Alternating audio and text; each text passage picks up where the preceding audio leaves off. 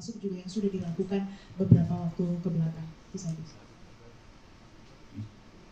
Baik, jadi kerjasamanya tentunya adalah hal-hal bagaimana melakukan upaya-upaya pencegahan yang utamanya. Jangan sampai adanya korupsi.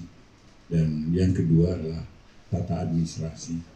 Kemudian juga ada juga kami bagaimana melakukan represi, penindakan-penindakan atas karena Pak Menteri ini selalu terbuka kalau ada hal-hal yang penyelewengan, beliau selalu buka karena memang harus open begitu, dan kita sudah melakukan langkah-langkah itu dan kita lakukan. Silakan.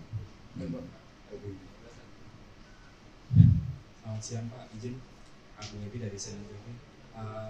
Boleh bertanya Pak, kalau kira-kira kalau soal tadi penindakannya apakah sudah ada indikasi atau ibaratnya tanda-tanda misalnya ada mungkin pengembang yang nakal dan sebagainya, mungkin ada datanya Pak, kalau boleh bisa kira-kira ada daerah-daerah tertentu yang sampai saat ini sudah ada potensi dugaan atau sebagainya. Terima kasih. Dari Irjen ada 5 case ya, betul Pak Irjen ya? Ke korupsi ya? Tindak pidana umum ada 10 kasus ya, dan sudah ada yang rekonstruksi, sudah ada ya? Sudah ada yang putus pengadilan, sudah ada ya? Betul. Pak Jihan, jadi Pak, total 15 case ya? Jihan Pak, dari TPU melanjutkan tadi Pak, dari 15 case tersebut itu semuanya sebagian dikerjasamakan dengan Kejagung atau juga ada yang dikerjasamakan dengan KPK. Terus kemarin kan sebelumnya dari Kementerian Bapak kan juga menyebutkan ada 15 rusun yang mangkrak yang terindikasi ada fraud di situ. Itu kelanjutannya bagaimana Pak? Terakhir Pak untuk Pak Jaksa Agung. Kalau kita selalu menyampaikan proses-proses itu secara transparan dan langsung kepada pihak kejaksaan. Ya, betul semuanya sudah disampaikan. Pak Ajis dari Dirjen Tata Kelola ada 10 case ya? Sudah diproses? Proses, satu sudah vonis. Kalau Pak Dirjen ada 5 kasus korupsi, 1 sudah vonis. ya. Kejaksaan. Pak Ji, Pak, izin satu pertanyaan Pak. Ini infonya ya Jaksa Agung sedang lidik tata kelola minyak Petral, PES dan Pertamina. Enggak, saya jawab dulu. Ini khusus kami kerjasama dengan Pak Menteri aja, ya. Saya kira kalau nggak ada yang lain, ya, yang terakhir.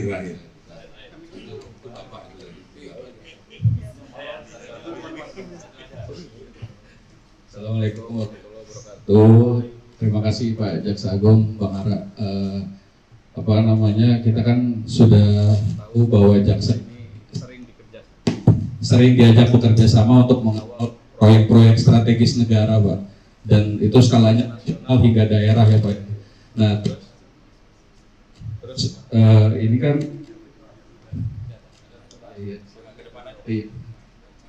terus ini kan jaksa ini kan nanti mengawal Pak agar tidak ada penyimpangan di setiap proyek itu Pak.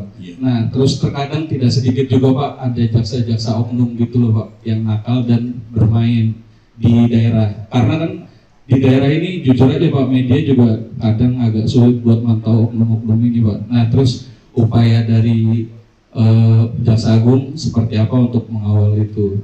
Terus yang kedua untuk Bang Ara, Bang ini kan udah 25.000 ya Bang ya yang terrealisasi tadi ya, kata Bang itu.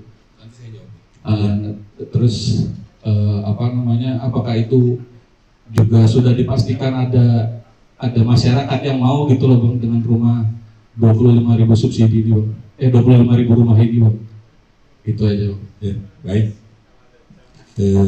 Tentunya kalau ini berbeda dengan zaman TP4D itu kita diminta juga ikut dalam proses pelelangan. Ini hanya untuk mengawal jangan sampai terjadinya suatu tindak pidana. Dan kalau masih ada jaksa yang itu ya kita jewer. Kalau bisa bina ya kita bina.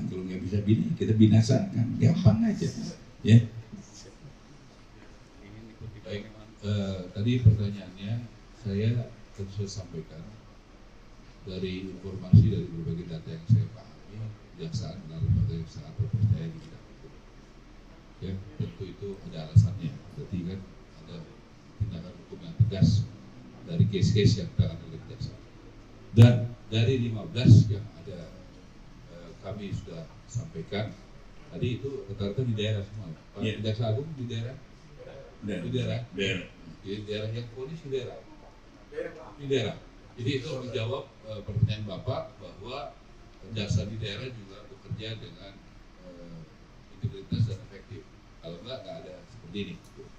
Kemudian saya mau sampaikan juga bahwa realisasi KPR subsidi per 15 September, izin Bang membacakan dasarnya, yang dari bangun sampai akad itu ada dan juga yang realisasi penyaluran KPR subsidi, jadi ada yang proses pembangunan, ready stock, persetujuan kredit, akad kredit tapi belum cair, itu ada 45.385